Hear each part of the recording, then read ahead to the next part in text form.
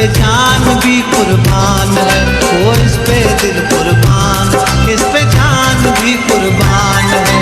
तेरा पाकिस्तान है, ये मेरा पाकिस्तान है, तेरा पाकिस्तान है, ये मेरा पाकिस्तान है, इस पे दिल कुर्बान, इस पे जान। बिस्मिल्लाहिर्रहमानिर्रहीम।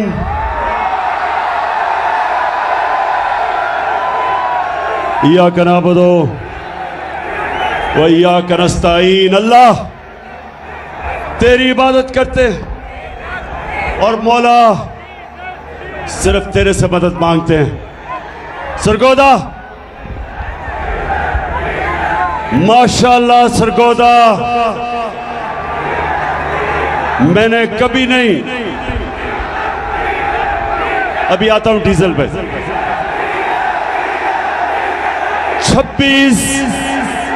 26 साल की सियासत में मैंने कभी नहीं सोचा था कि सरगोदा में इतनी तादाद में इतने ज्यादा लोग मेरे जलसे पे आएंगे।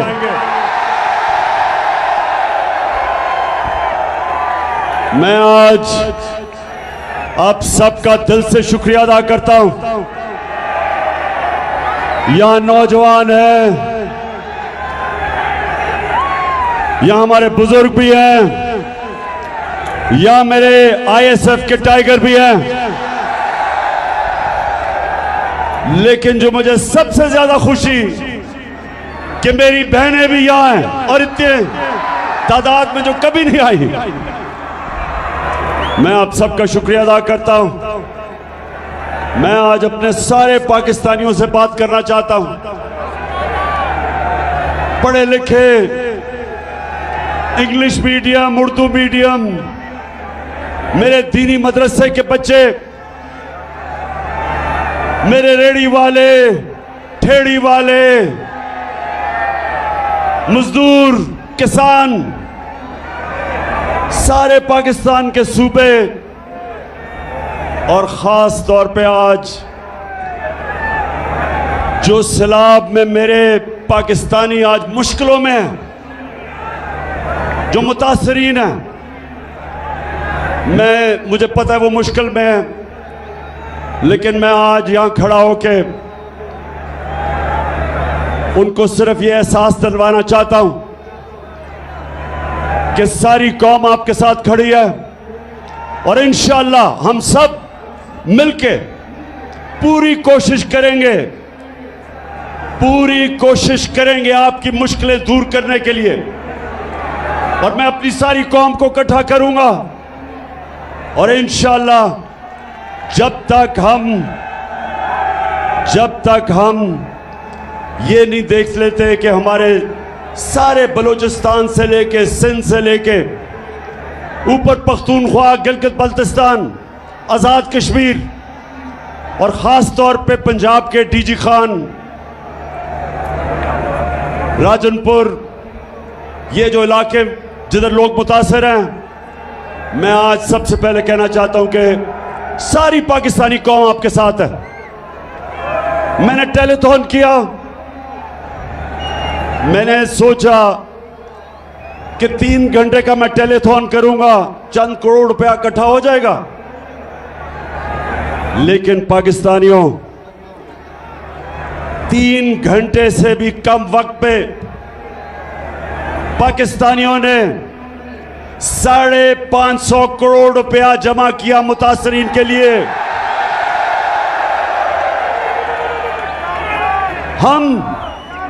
हम वो पाकिस्तानी कौम है जिसे खौफ खुदा है, जो नबी सल्लल्लाहु अलैहि वसल्लम की उम्मत है। ये वो कौम है, ये वो कौम है जो समझती है कि अपनी आखिरत को बेहतर करने के लिए हमारे ऊपर ये फर्ज है कि हम उन लोगों की मदद करें जो मुश्किल में हैं। और मुझे इतना फख्र हुआ सरगोदा, मुझे इतना फख्र हुआ कि मेरे बैरून मुल्क पाकिस्तानियों ने जिस तरह दिल खोल के पैसा दिया, 550 करोड़ रुपया सिर्फ 3 घंटे के वक्त में उन्होंने पैसा जमा कर दिया। और मुझे इतने पैगाम आए कि इमरान खान हम कोशिश करना चाहते थे, लेकिन वो लाइनें सारी भरी हुई थी, ब्लॉक हुई हुई थी। और मुझे आहिस्ता आहिस्ता अंदाजा हुआ कि अगर हमारे पास वक्त होता और वो टेलीफोन लाइंस खुली होती तो 5.5 अरब रुपया मजीद और जमा हो जाता। लेकिन फिक्र ना करो, मैं इंशाल्लाह अब ये पैसे भी इकट्ठे करूंगा। प्रोग्राम बना रहा हूं कि किधर किधर हमने सबसे ज्यादा जरूरत है और पैसा खर्च करें। और मैं अपनी सारी कौम को भी आज दावत देता हूं कि जो भी मदद करना चाहे दुखी इंसानियत की, तो इंशाल्लाह हम एक कंट्रोल रूम बनाएंगे और जो हमें कॉल करेगा हम बताएंगे कि ये फलानी जगह है, डीजी खान उधर अब मदद कर सकते हैं, या सिंध के अंदर, सिंध में तो सबसे ज्यादा नुकसान हुआ, तो उधर हम लोगों को भी बताते रहेंगे कि कैसे हम अपने जो सैलाब मुतासरीन हैं इनकी मदद कर सके। लेकिन एक अच्छा ISF, अभी आपने चुप करके सुनना है मेरी बात। ISF में डिसिप्लिन चाहिए मुझे। अच्छा जी, अब मैं वो इलेक्शन कमिश्नर सिकंदर सुल्तान, अगर ये सुन रहे हो तो तुम्हें पहली दफा अंदाजा हुआ कि फॉरेन फंडिंग क्या होती है। अब पता चला कि इमरान खान को फॉरेन फंडिंग में किसी तरह डिस्क्वालीफाई कर दो। ये देखी थी फॉरेन फंडिंग, ये ज्यादा पैसा बैरून मुल्क पाकिस्तानियों ने भेजा हमें, और ये वो पाकिस्तानी हैं। इंशाअल्लाह मैं आज अपनी सारी कौम के सामने कहना चाहता हूं कि इंशाअल्लाह एक दिन मैं अपने बैरून मुल्क पाकिस्तानियों को इकट्ठा करूंगा, और जो हमारा बैरूनी कर्जा है जिसकी वजह से हमें IMF की गुलामी करनी पड़ती है, जिसकी वजह से हाथ फैलाने पड़ते हैं लोगों मुल्कों के सामने कि जी हमें पैसा दे दो, इंशाअल्लाह बैरून मुल्क पाकिस्तानियों को मैं मोबिलाइज करूंगा, ऐसी स्कीम्स लेके आऊंगा। ये मेरा ईमान है कि हम ये जो इस मुल्क के लुटेरों ने कर्जा चढ़ाया हमारे मुल्क में, मुल्क को लूट लूट के पैसा बाहर ले गए, और जो हमारे ऊपर ये कर्जे का बोझ, जिसकी वजह से हमारी इज्जत जाती है जब हम लोगों के सामने, मुल्कों के सामने हाथ फैलाते हैं। ये बैरून मुल्क पाकिस्तानी इंशाअल्लाह हमारी मदद करेंगे कर्जा उतारने के लिए, और इस कौम को अपने पैर पे खड़ा करके एक खुददार कौम बनने के लिए।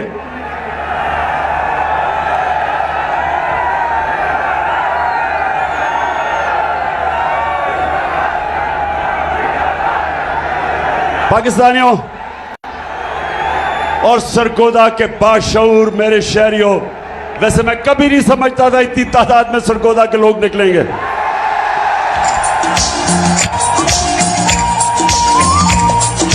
मैं भी पाकिस्तान हूँ, तू भी पाकिस्तान है, मैं भी पाकिस्तान हूँ, तू भी पाकिस्तान है। तू तो मेरी जान है, तू तो मेरी आन है, तू मेरा ईमान है।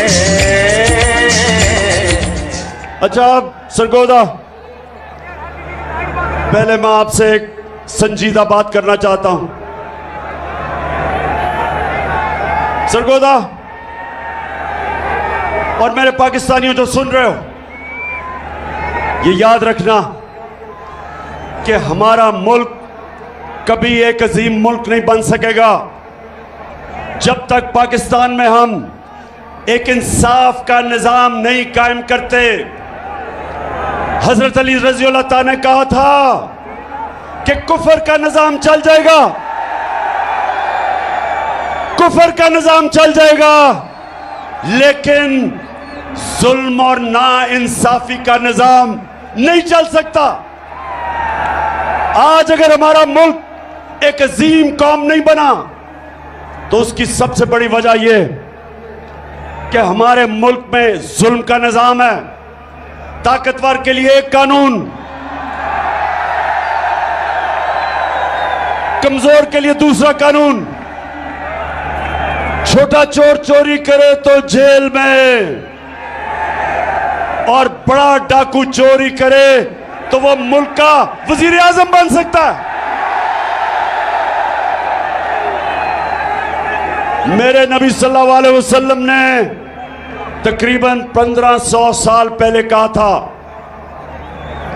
कि तुम्हारे से पहले बड़ी कौमें तबाह हुई, जिधर ताकतवर जब जुर्म और चोरी करता था उसको नहीं पकड़ा जाता था, सिर्फ छोटे चोरों को जेलों में डाला जाता था। मैंने जब 8-9 दिन जेल में गुजारे, अपनी आजाद अदलिया के लिए मुझे जेल में डाला गया। मैं वाहिद लीडर था जिसको आजाद अदलिया के लिए जेल में डाला गया। तो जब 8 दिन मैंने जेल में गुजारे, और वो थी भी डीजी खान की जेल, आप यकीन करें एक अमीर चोर मुझे नहीं नजर आया, सारे गरीब नजर आए। सारे बेचारे गरीब, छोटे, भैंस चोरी, साइकिल चोरी और ये चोरी वो जेलों में। और जो मुल्क के बड़े बड़े डाकू थे, जब मैं असेंबली गया तो मुझे असेंबली में नजर आए।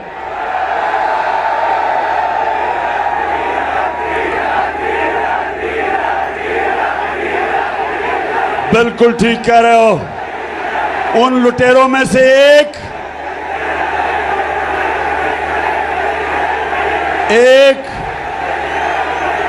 हाँ, एक डीजल भी था। लेकिन दो बड़े बड़े लुटेरे खानदान, जरदारी खानदान और शरीफ खानदान, ये सारे आपको आज जो ऊपर बैठे हुए हैं, बैरूनी साजिश के तहत हमारे ऊपर मुसल्लत किए गए ये जो लुटेरे बैठे हुए हैं, सरगोदा, मैं सारी अपनी कौम को आज तैयार कर रहा हूं कि हकीकी आजादी की तहरीक में सब शामिल हो, क्योंकि जब तक ये चोर ऊपर बैठे रहेंगे इस मुल्क का कोई मुस्तकबिल नहीं है। तो मेरे क्या फिर से अच्छा सरगोदा, बैरूनी साजिश हुई, अमेरिका को अपने गुलाम चाहिए थे, चेरी ब्लॉसम जूते पॉलिश करने वाला हाजिर हो गया, साथ डीजल तो पहले ही तैयार बैठा था, और उसके बाद जो इस वक्त इस मुल्क की सबसे बड़ी बीमारी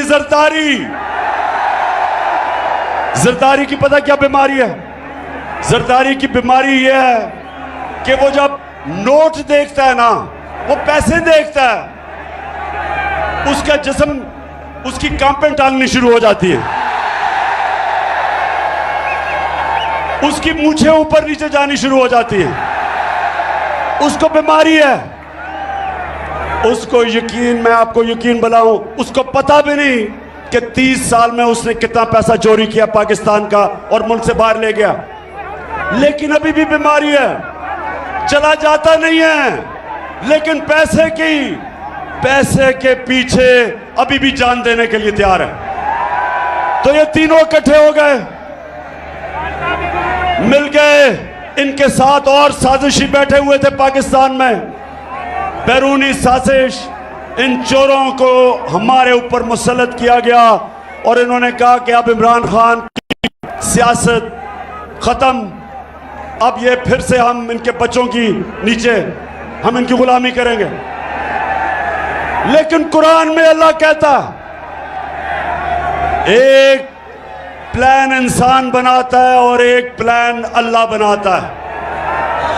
और कामयाब सिर्फ एक प्लान होता है अल्लाह का प्लान ही कुछ और था। अल्लाह ने लोगों के दिल मोड़े। कौम जिस तरह अब निकल रही है, लोग तो यहां मिठाइयां बांटते थे जब गवर्नमेंट जाती थी, तो जिन्होंने साजिश की थी वो हक्के बक्के रह गए। कौम सड़कों पे आ गई, खुद निकलना शुरू हो गए। नौजवान तो पहले ही तैयार थे, लेकिन पाकिस्तान की पहली दफा आजादी के बाद पहली दफा हमारी ख्वातीन भी इस तहरीक में शिरकत किया उन्होंने, बल्कि स्कूल के बच्चे भी शिरकत कर रहे हैं। तो उसके बाद इन्होंने जुल्म किया हमारे पे। 25 मई को इन्होंने हमारे पे जुल्म किया। इन्होंने पुलिस और रेंजर्स ने फैमिलीज के ऊपर, ख्वातीन के ऊपर इन्होंने जिस तरह की शेलिंग की, खौफ फैलाया, FIRs काटी मेरे ऊपर। मैं तो भूल ही गया हूं कितनी FIR है, कोई 17 तो कट चुकी है। इन्होंने समझा कि अब ये डर के बैठ जाएंगे। इनको बताया गया कि ये तो जी मम्मी डैडी हैं, ये तो खड़े ही नहीं हो सकते। तो पहला झटका पड़ा इनको जब 17 जुलाई को पंजाब का इलेक्शन आया, बाय इलेक्शन। हर हरबा इस्तेमाल किया। इलेक्शन कमीशन ने पूरा जोर लगाया, धांधली के रिकॉर्ड तोड़े, पुलिस का इस्तेमाल किया। इस सब के बावजूद हमजा कुकड़ी को फारग करना पड़ा। अब जब ये इलेक्शन हार गए,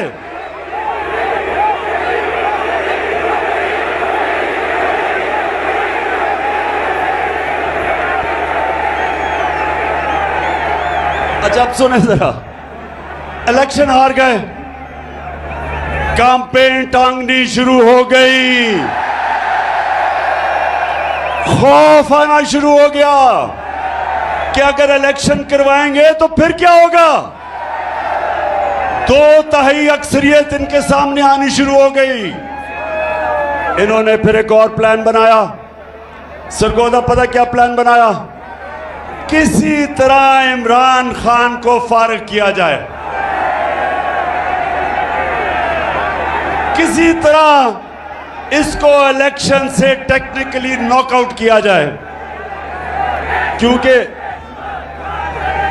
इनको ये तो समझ आ गई कि इलेक्शन के अंदर तो इनसे जो होगा वो पंजाब के बाय इलेक्शन से भी बुरा होगा। तो तब साजिशें दूसरी शुरू हुई। पहली साजिश थी हुकूमत कराने की, दूसरी साजिश शुरू हो गई कि इमरान खान को रास्ते से हटाया जाए। एक ये भी मंसूबा बना, बंद कमरों में फैसला हुआ, बंद कमरे में, कि इमरान खान को मुकम्मल तौर पे साइड पे कर दिया जाए। अल्लाह का करम है, मुझे पता चल गया। मैंने एक टेप बनाई हुई है, महफूज जगह पे रखी हुई है।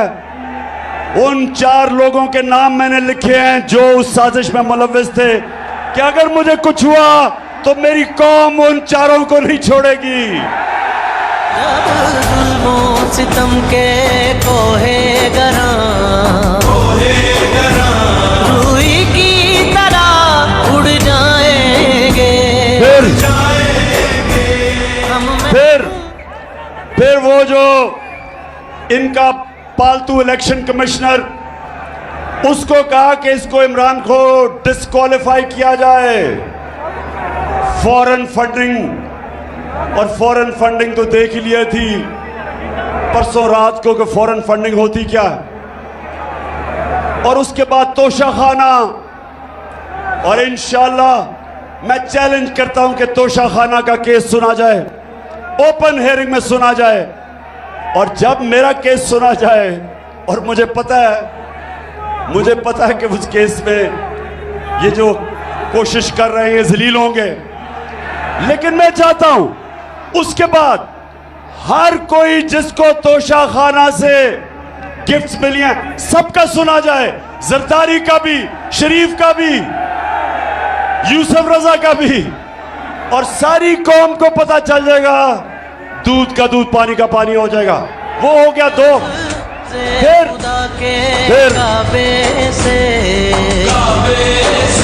सब बुत उठवाए जाए। फिर इन्होंने एक और चीज सोची कि किसी तरह इमरान खान को जेल में डाला जाए। पहले इन्होंने, अब ये जरा सुने, 27वीं रमजान को सुने, जरा ऐसे गौर से सुनो। 27वीं रमजान को हम शब दुआ बना रहे थे, हम अल्लाह से दुआ मांग रहे थे अपने मुल्क के लिए। हमें क्या पता था कि उस दिन चेरी ब्लॉसम और ये अपनी टीम लेके मदीना चला जाएगा, हमें तो पता ही नहीं था। जब शब दुआ खत्म हुई तो पता चला कि मदीना में इनको चोर चोर के नारे लग गए।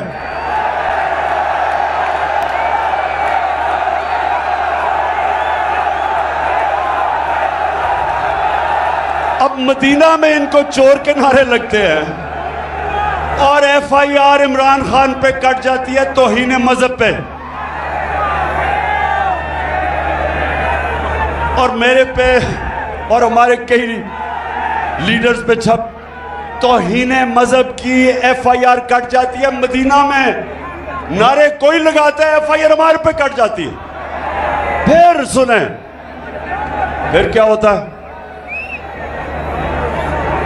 मैं अपना, मेरा जो चीफ ऑफ स्टाफ था शहबाज गिल, उसको पहले अगवा कर लेते हैं, फिर उसके ऊपर तशद्दुद होता है, नंगा करके उसके ऊपर तशद्दुद किया जाता है, जिनसी तशद्दुद किया जाता है। और मैं तो सिर्फ ये कहता हूं, मैं ये कहता हूं कि जो लोग जिम्मेदार थे, जिन्होंने ये तशद्दुद नहीं रोका, उनके ऊपर कानूनी कार्रवाई की जाएगी, कानूनी कार्रवाई की जाएगी। उसके ऊपर मुझे दहशतगर्द बना देते हैं, दहशतगर्दी का केस कर देते हैं। सारी दुनिया के अंदर पाकिस्तान का मजाक उड़ता है।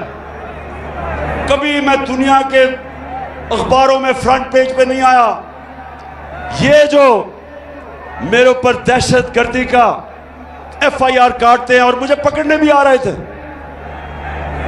सिर्फ एक वजह से कि किसी तरह इमरान खान को रास्ते से हटाया जाए, दहशतगर्द बना दिया।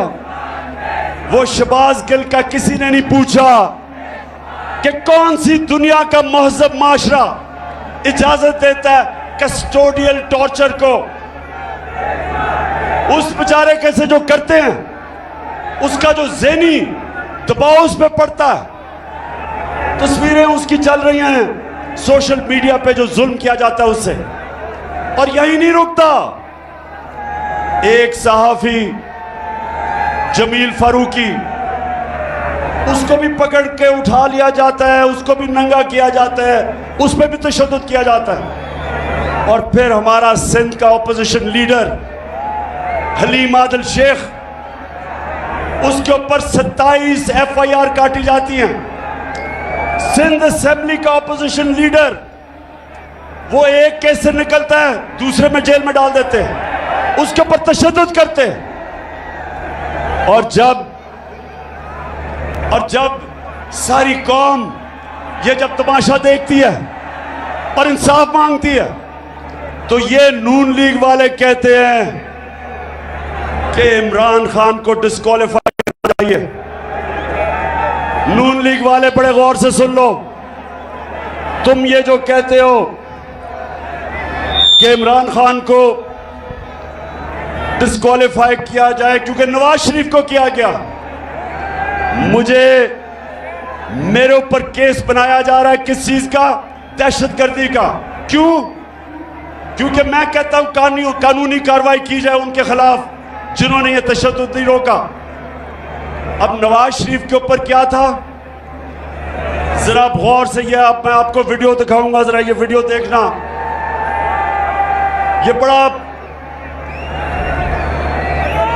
ये वो वीडियो देखेंगे आराम एक अभी नहीं, अब रोको। ये जो वीडियो मैं ताकि देख आप खुद अपनी आंखों से देखें कि इस मुल्क से हो क्या रहा है। नवाज शरीफ 3 दफा मुल्क का प्राइम मिनिस्टर था, 3 दफा। उसका 4 महंगे तरीन लंदन के अंदर अरबों रुपए के ये महल खरीद लेता है, लंदन के सबसे महंगे इलाके में। तो मैं जब पूछता हूं इनसे आज से 10 साल पहले कि जनाब ये किधर से पैसा आया महलों का, तो ये जरा आप सुने, ये आज से 10 साल पहले की गुफ्तगू है, सुने जरा ये।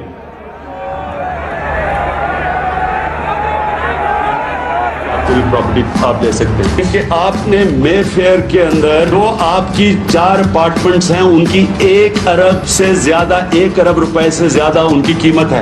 अब 4.5 अरब तक पहुंच गई है उनकी कीमत। आपने अपनी जो टैक्स में टोटल आमदनी बताई है 94 में 1.5 लाख रुपए है। मुझे ये बताएं कि आपने अरबों रुपए की मे फेयर में प्रॉपर्टी खरीदी कैसे? एक मिनट, अब ये 10 साल पहले था, ये 10 साल पहले था। अब इसके जवाब में शहबाज शरीफ चेरी ब्लॉसम का बेटा, अब ये सुने, ये सलमान शहबाज क्या कह रहे हैं, जरा ये सुने आप। बात ये है कि जिन अरबों रुपए की मे फेयर की प्रॉपर्टीज की ये बात कर रहे हैं, ये तो पहले पता नहीं है। बताएं कौन सी प्रॉपर्टीज है, लाएं दिखाएं, उसका कोई प्रूफ लाएं। बात ये है कि सुन लिया, कहता किधर है ये प्रॉपर्टीज, लगाएं, बताएं, सबूत दें। अब ये जरा मरियम बीबी जिनको सच बोलने में बड़ा मुश्किल पड़ती है, ये जरा ये सुन लें। इस तरह मुझे लगा कि आप लोगों को बेवकूफ नहीं बना सकते। मेरी सेंट्रल लंदन में प्रॉपर्टी तो दूर की बात है, मेरी पाकिस्तान में भी कोई प्रॉपर्टी नहीं है। मैं अपने वालिद के साथ है और मुझे समझ नहीं आई कि मेरी और मेरी वालदा की और बहन भाइयों की प्रॉपर्टीज ये कहाँ से निकाल के ले आए हैं। मेरे नाम पाकिस्तान में कोई प्रॉपर्टी नहीं है, ये तो इंग्लैंड की बात है। हाय अल्लाह, कोई प्रॉपर्टी किधर से आएगी? मुझे तो एहसास प्रोग्राम में डाल दो, मेरे पास तो है ही कुछ नहीं। मरियम बीवी, वैसे मैं ये बताऊं, जितने सीधे मुंह से आप झूठ बोलती है मैंने कभी किसी को नहीं सुना। अच्छा जी, आप जरा अब ये सुन लिया आपने। अब ये थी चीजें आज से 8 साल पहले, ये जब कोई प्रॉपर्टी नहीं है। अब इनको नहीं पता कि अल्लाह अल हक है, सच का खुदा है, उसका वादा है कि कोई दुनिया में नहीं जाएगा जब तक सच सामने नहीं आता। तो अब जरा ये देखें कि पीछे हुआ क्या। नवाज शरीफ, मरियम नवाज, हसन नवाज और हुसैन नवाज के बैरून मुल्क खुफिया असासों का इंकशाफ। पनामा लीक्स ने बैरून मुल्क खुफिया दौलत का भांडा फोड़ दिया।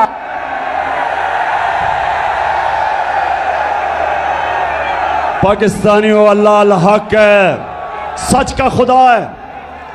तो ये झूठ सुनिया पहले आपने कि लंदन तो छोड़ें, पाकिस्तान में मेरी बेचारी की कोई प्रॉपर्टी नहीं है। अब ये इंटरनेशनल इंकशाफ हो जाता है। बड़े बड़े दुनिया में सियासतदान पकड़े जाते हैं जिन्होंने अपने मुल्क से पैसा लूट के बाहर रखा हुआ था, वो पकड़ा जाता है। अच्छा, अब जब ये पकड़ा जाता है तो मरियम बीबी के भाई साहब अल्हम्दुलिल्लाह क्या कहते हैं? मैं इस बात को तस्लीम करता हूँ कि अल्हम्दुलिल्लाह पाक लेन के ऊपर जो अपार्टमेंट्स हैं वो अल्हम्दुलिल्लाह हमारे हैं। मैं इस बात को तस्लीम करता हूँ कि उनको ऑफशोर कंपनीज नेस्कॉल लिमिटेड और नीलसन लिमिटेड जो है उनको ओन करती हैं। और मैं आपको ये भी अर्ज करता हूँ उनको होल्ड कर रही है इस वक्त मरियम नवाज शरीफ, मेरी हमशीरा जो है। यहाँ अब हुसैन ये कह रहे हैं कि जब वो कह रही थी ना कि मेरी तो लंदन छोड़े पाकिस्तान में भी प्रॉपर्टीज, ये 4 अरबों रुपए के बड़े महलात इनकी मालिका मरियम नवाज थी। अब मरियम नवाज के पास तो पैसा ही नहीं था। पैसा किधर से आना था? किधर से आना था पैसा? बताओ, पैसा किधर से आना था? आपसे आना था। कौम का पैसा चोरी करके ये प्रॉपर्टीज खरीदी गई। तो नून लीग वालों, मेरे से नवाज शरीफ का मुआवजा ना करो। मैंने 20 साल बाहर कमाई की, सारा पैसा सब कुछ बेच के, सारा मेरा पैसा जीना मरना पाकिस्तान में है। अच्छा जी, अच्छा अब एक तरफ और मेरी बहनों, आपने गौर से सुनना है कि जब एक कौम की ख्वातीन जाग जाएं तब असल में इनकलाब आता है, क्योंकि घरों में इनकलाब आ जाता है।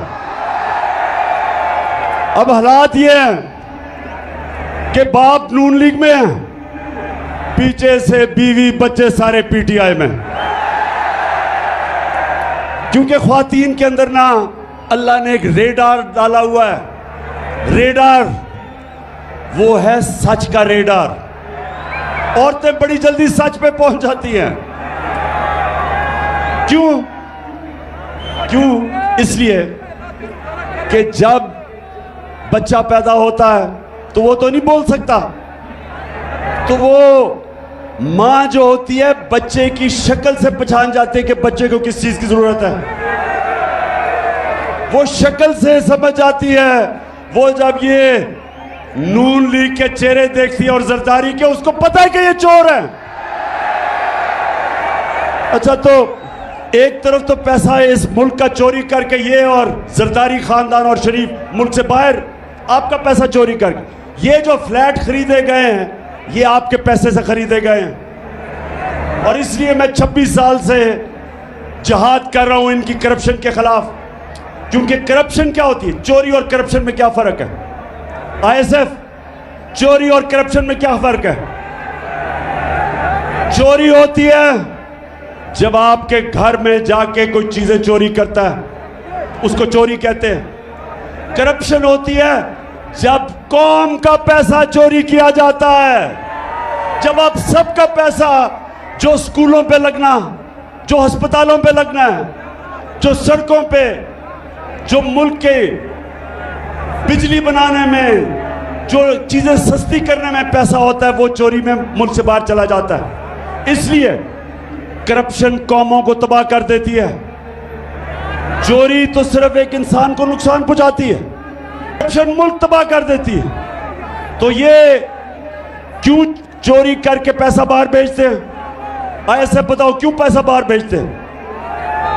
क्योंकि अरबों रुपया आप अपने बिस्तर के नीचे नहीं रख सकते। अरबों रुपया अगर आप मुल्क में रखेंगे तो लोग पूछेंगे किधर से पैसा आया। इसलिए चोरी करके मुल्क से बाहर पैसा भेजते हैं, तो अपना पैसा बाहर। और आजकल चेरी ब्लॉसम शहबाज शरीफ लोगों के पास जा रहा है। बड़ी तकलीफ है इसको मुतासरीन की। जहाजों से चीजें फेंकी जा रही हैं सिर्फ तस्वीरें खिंचाने के लिए।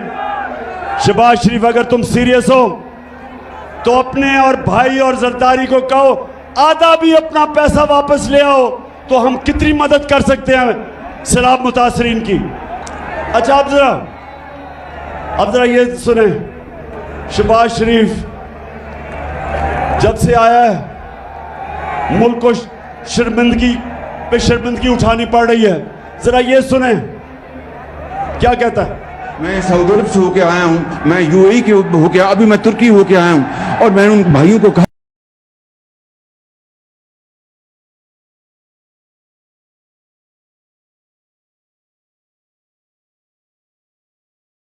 कि आप हमारे बड़े अजीम भाई हैं, हमेशा आपने हमारी मदद की। और मैंने यही कहा, जब मैं आया हूं तो आप समझेंगे शायद ये मांगने आया है। मैं मांगने नहीं आया, लेकिन जब मैं आया हूं तो आप समझेंगे शायद ये मांगने आया है। मैं मांगने नहीं आया, लेकिन मजबूरी है। और जिस तरह माजी में 75 साल में आपने हमारा हाथ बटाया है, कुछ अर्सा आप हाथ बटा। मैंने कहा बहुत मजबूरी है क्योंकि हम सारा पैसा चोरी करके बाहर ले गए हैं, तो अब मजबूरी है। तो खुदा के वास्ते पैसा दे दे। पाकिस्तानी जो बाहर बैठे हैं उनको कहते हैं कि पाकिस्तान पैसा लेके आओ, और यहां से चोरी करके पैसा बाहर ले जाते हैं।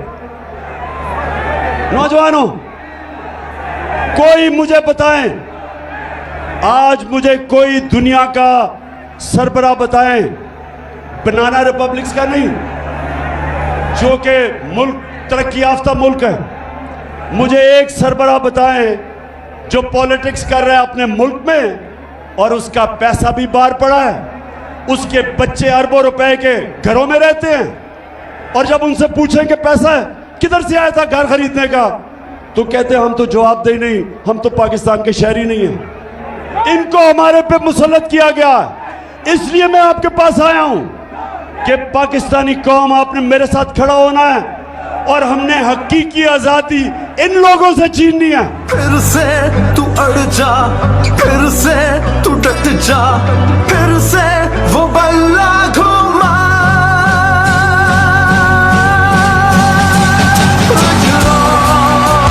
कदम बढ़ा, फिर से वो लम्हा दोहरा, जब जीत के आया था, फिर से वतन को जिता। एक और कदम बढ़ा। सरगोदा, अब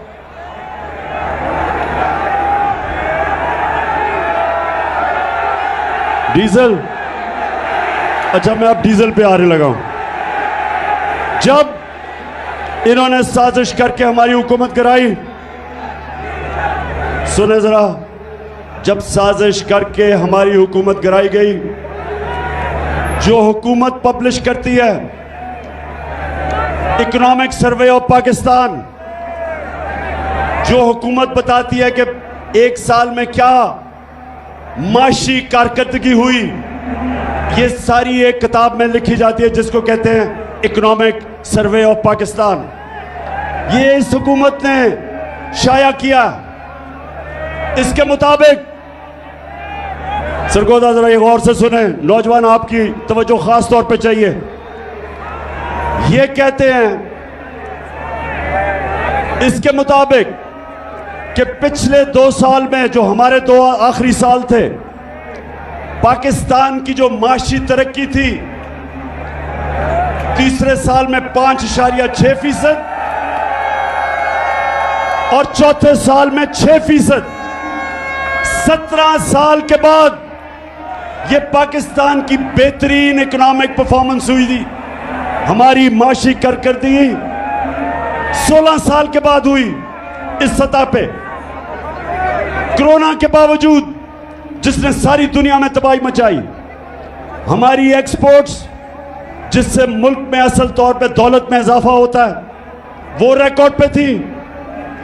बैरून मुल्क पाकिस्तानियों ने जो रेमिटेंसेस भेजी, वो रिकॉर्ड थी। हमारी जो टैक्स कलेक्शन, जो हम आपके ऊपर खर्च कर सकते थे, वो रिकॉर्ड थी। हमारी 4 फसलें 2 साल रिकॉर्ड पैदावार हुई। हमारे किसानों के पास सबसे ज्यादा पैसा आया पिछले 2 सालों में, और हमने इसके बावजूद कि हम IMF के प्रोग्राम में थे, हमने पूरी कोशिश की कीमतें नीचे रखने की। जो हमारे दौर में महंगाई थी, जिसको कहते हैं SPI सेंसिटिव प्राइस इंडेक्स, जो आम आदमियों के लिए महंगाई होती है, जो खाने पीने की चीजें, बिजली, गैस वगैरह, हमारे दौर में वो था 17 से 18%। आज आप जानते हैं वो कितना है महंगाई, 4 महीनों में किधर से किधर गई। हम जब छोड़ के गए थे तो 17 और 18% के बीच में थी। सरगोदा आज 45% से ऊपर चली गई है। 3 गुना महंगाई बढ़ गई है। आज जो बिजली के बिल देने आए थे लोग, पूछे जिन जिन्होंने बिजली के बिल दिए हैं, जरा हाथ खड़ा करके बताएं बिजली के बिल दिए हैं। बताएं मुझे कि जब बिजली के बिल दे रहे थे तो 2 गोलियां डिस्प्रिन की भी साथ खानी पड़ी,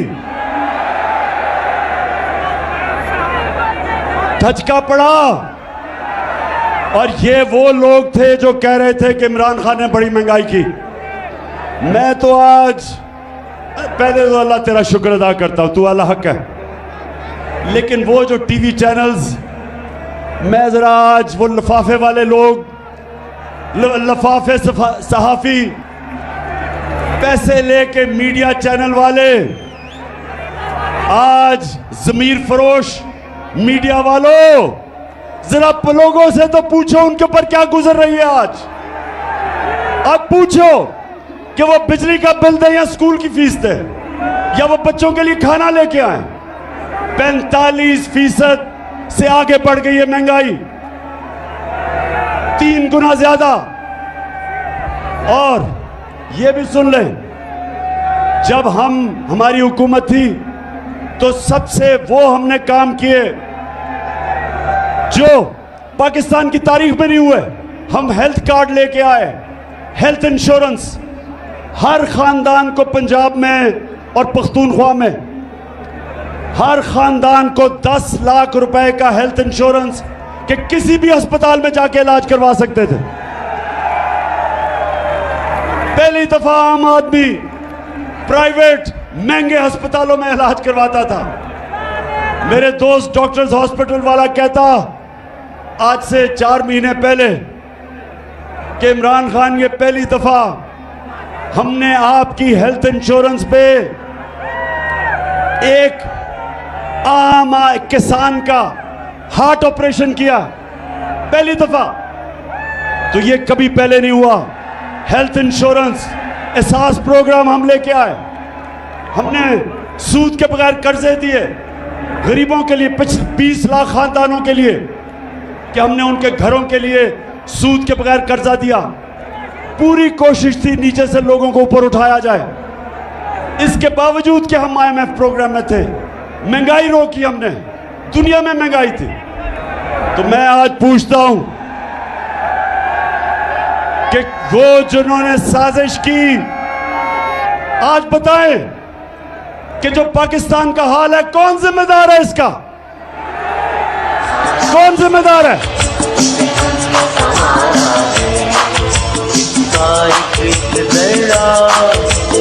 जान से प्यारा है, इसका एक जरा जान से प्यारा है।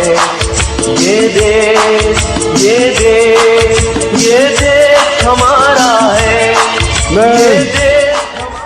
मैं आज ये सवाल पूछता हूं, मैं पाकिस्तानी होते हुए सवाल पूछता हूं कि जब हमारा मुल्क सही रास्ते पे लगा हुआ था, तरक्की की तरफ जा रहा था, जो क्रेडिट रेटिंग थी पाकिस्तान की, मूडीज की, फिच की, सेटिस्फैक्टरी थी, कौन सी क़यामत आई थी कि हमारी गवर्नमेंट गिरा के और इन चोरों को ऊपर मुसल्लत करो?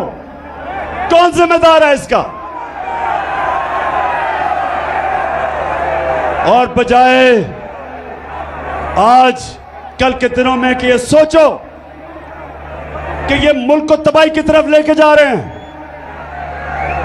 इस वक्त माइशत नीचे जा रही है, फैक्ट्रियां बंद हो रही हैं, एक्सपोर्ट्स कम हो रही हैं, बैरून मुल्क पाकिस्तानी कम रेमिटेंसेस भेज रहे हैं। आज मैं पूछता हूं कि जिस तरफ ये मुल्क को लेके जा रहे हैं, क्या किसी को फिक्र नहीं अपने मुल्क की, जिनके पास ताकत है फैसला करने की, इसको मुल्क को इस दलदल में से निकालने की? सिर्फ एक रास्ता है, साफ और शफाफ इलेक्शन करवाओ, उसके अलावा कोई दूसरा रास्ता नहीं है। और मैं आज ये भी कहना चाहता हूं कि जिस तरह मुझे दीवार से लगाया जा रहा है, कभी दहशतगर्दी के केस और कभी तौहीन मजहब के केस और कभी किस किस्म की FIR मेरे लोगों के ऊपर किया जा रहा है। हलीम आदिल को जो जुल्म किया जा रहा है, ये जरदारी डाकू जो उसके ऊपर जुल्म कर रहा है, सिंध में ऑपोजिशन लीडर होते हुए, जो शहबाज गिल से हुआ, जो हमारे ऊपर FIRs के अलावा धमकियां दी जा रही हैं, टेलीफोन करके लोगों को डराया जा रहा है, जो सहाफी लगता है कि हमारी फेवर कर रहा है या हमारे लिए आवाज बुलंद कर रहा है, उनके खिलाफ एक्शन लिया जाता है। अरशद शरीफ जैसे एक ऐसा सहाफी जिसको सब जानते हैं कि एक अपने ज़मीर के मुताबिक लिखने वाला, उसको ARY प्रेशर डाल के निकाला गया, साबिर शाकिर को निकाला गया, इमरान रियाज के ऊपर उसे जेल में डाला गया, FIR कटवाई गई, जमील फारूकी को जो उन्होंने किया उससे, और उसके अलावा अयाज अमीर और समी इब्राहिम जैसे दानिश्वर, उनको जो जलील करने की कोशिश की गई, सिर्फ एक वजह कि किसी तरह इमरान खान की कोई हिमायत ना करे, उसके लिए कोई लिखे ना, कोई मीडिया उसको दिखाए ना। सिर्फ एक वजह से सारे केसेस किए जा रहे हैं, एक वजह से कि किसी तरह इमरान खान को रास्ते से हटा के और इन चोरों को इलेक्शन जिताया जाए। तो मैं पाकिस्तानियों, आखिर में मेरी अब जरा बात सुने। देखें, 20 साल मेरी जिंदगी खेलों की ग्राउंड पे गुजरी। 20 साल, शायद ही कोई इतनी देर इंटरनेशनल क्रिकेट खेला हो। 10 साल मैं कप्तान था, और कप्तान इतनी देर क्रिकेट खेल के मुझे मैच के दौरान पता चल जाता था कि कब अब जो मुखालिफ है वो मैच हार गया। मैच के दौरान मैं समझ जाता था, एक वक्त आ जाता था कि मुझे ये एहसास हो जाता था कि अब ये जो मर्जी भी मेरा मुखालिफ करे, अब ये नहीं जीत सकता। ये सारी ऑपोजिशन, ये जो गवर्नमेंट में बैठे हुए हैं चोर, मैं आज इनको पैगाम दे रहा हूं कि वो टाइम आ गया कि जो मर्जी हरबा आप इस्तेमाल कर ले, अब ये मैच नहीं जीत सकते आप।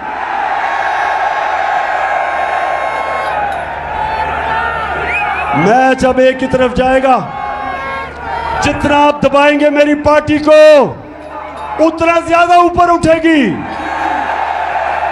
जितना आप मीडिया से उसको दबाएंगे, ये इस तरह सरगोदा स्टेडियम, सरगोदा की तारीख में इस तरह स्टेडियम में लोग नहीं आए जिस तरह आज आए हैं। जो मर्जी कर ले, ये मैच अब हार गए। अब आप जो भी करेंगे मुल्क को नुकसान पहुंचाएंगे। मुल्क का सोचे, जाती मफादात का ना सोचे। जो अपने छोटे छोटे फायदे सोच रहे हैं, मुल्क को नुकसान पहुंचा रहे हैं। कौम का सोचे, 22 करोड़ पाकिस्तानियों का सोचो। ये लोगों का मुस्तकबिल, अपने बच्चों का मुस्तकबिल, इनके मुस्तकबिल का सोचो। और जब आप सोचेंगे इनका मुस्तकबिल, ये जरदारी, डाकू और डीजल और शहबाज शरीफ की तरह के चोरों के साथ इनका मुस्तकबिल नहीं है।